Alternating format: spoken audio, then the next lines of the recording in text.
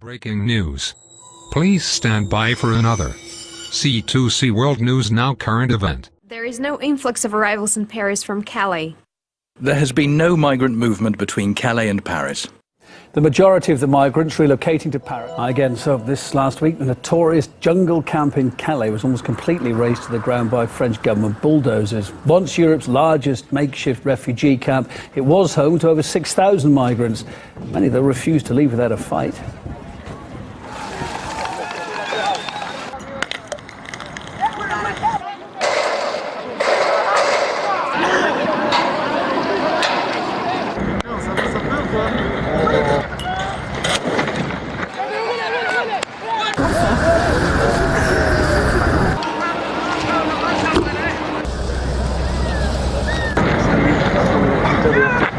By midweek, a number of large fires were started by some of the evicted migrants who torched their makeshift homes in protest. Covering it all, RT's Harry Fear was there as the unrest developed.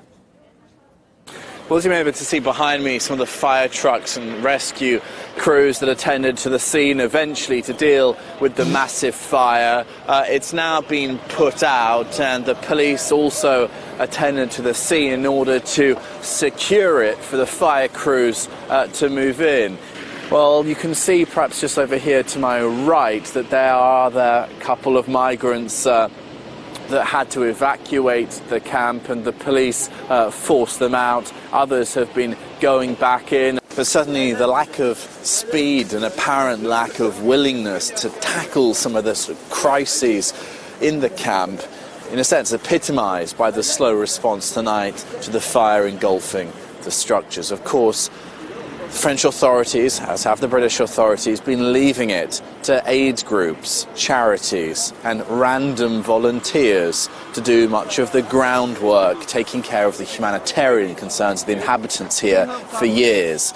So perhaps then it shouldn't really surprise us that they came and arrived again so late to the game tonight to deal with this massive fire. This is what remains of the scene, an extraordinary situation, because there are now then dozens of migrants sleeping out here now on the tarmac in what used to be the kind of western edge of the western sector of the jungle. So extraordinary that these guys kind of have been evicted by fire tonight. It just speaks to the chaos and lack of management and security on such a precarious site. And the buzzword of the moment, or at least the buzzword of day 2 of the closure of the camp, has been confusion.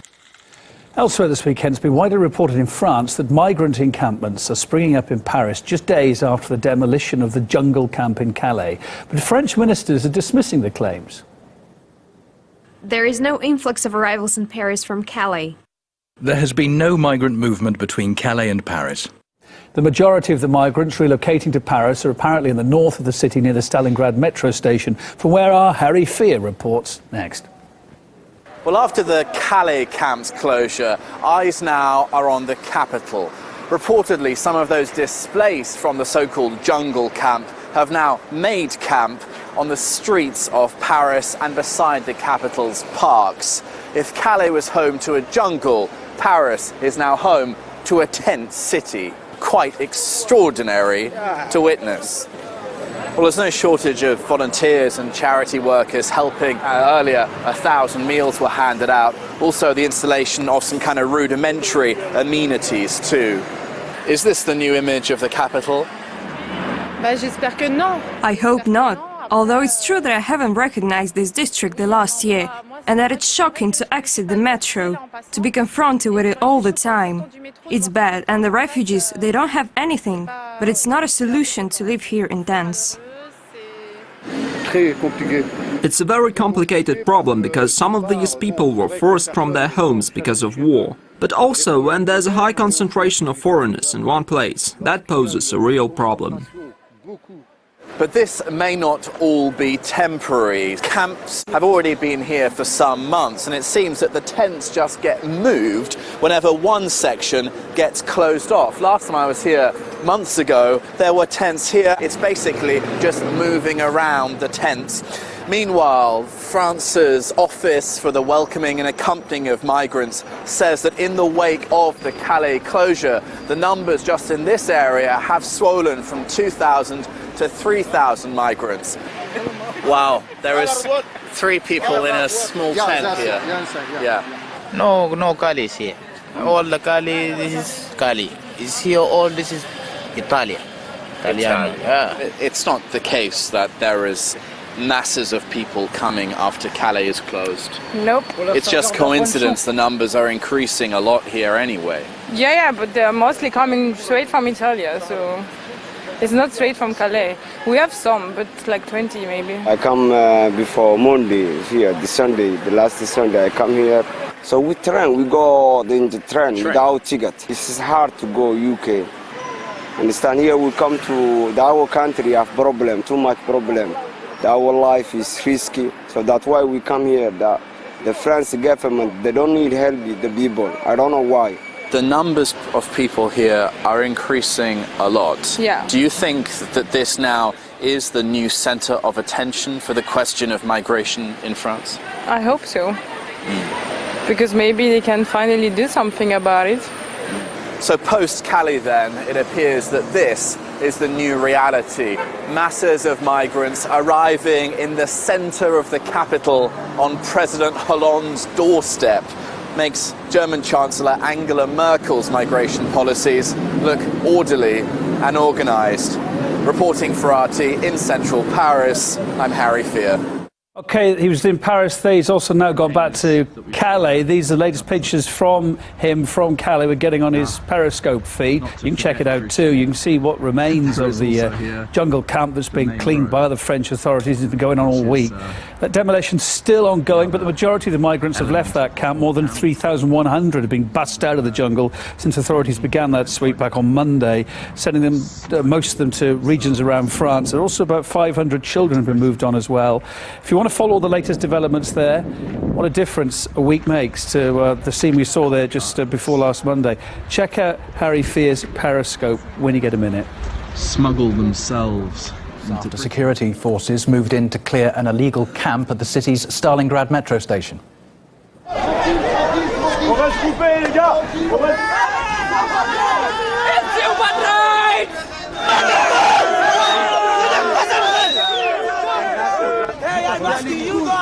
What do you want? Just come here and talk. What do you want?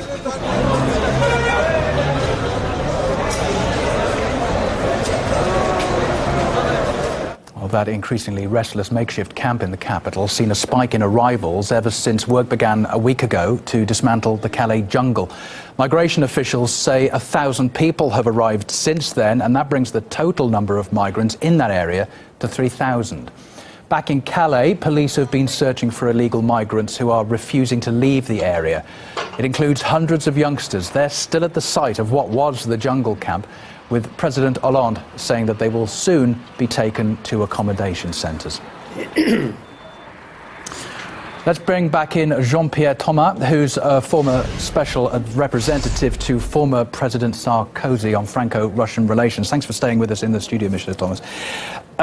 With regards to the way the demolition of the jungle has been panning out, yes, it was weeks, if not months, in the planning, but there are refugees making headway to Paris, thousands of unaccompanied youngsters still around Calais with nowhere to go, no one seemingly sending them to accommodation centres. Why are they still there? Why is no one looking after them? Between Britain and France, why can't they sort this out? First, it's completely what we see on your screen is a nightmare. Because what is the result? The result is you are in France, you have migrants everywhere now. In the different countryside, officially organized, and the one non-organized, which appears after the demolition of the jungle, which is a second nightmare. It should have not been the case, but it's very difficult. And we see that we are very weak, and the government, blah, blah, blah. But the result is catastrophe. First, it will reinforce the populism, And in the election, we will see the extreme right going up. In every country in Europe is the case. See what happens in Austria, in Germany. So it's very dangerous because I can say I was member of parliament many years ago. I know, the average people on the ground, in the countryside, they are very upset by the situation. They don't want to think, but they don't want this again. But more, typically, we have to think what are the rules. The rules and the roots of there is about diplomacy and policy we made, and France followed with the United States and all Europe, because we wanted to push democracy by war and force in Iraq, in Libya, and now in Syria, instead of speaking with the legal government there. At the time of Saddam Hussein, and we didn't have this, But now, of course, in France, you've got thousands of migrants with nowhere to go and seemingly no one knowing where to put them next. And you and I both know, you as a Frenchman, me as an Englishman, that our countries have been batting heads over this for many years. Could Britain be doing more to help France? I have a great respect for Great Britain. It's a nice and beautiful country, and you are friends. But in the history, sometimes we disagreed, and it didn't change.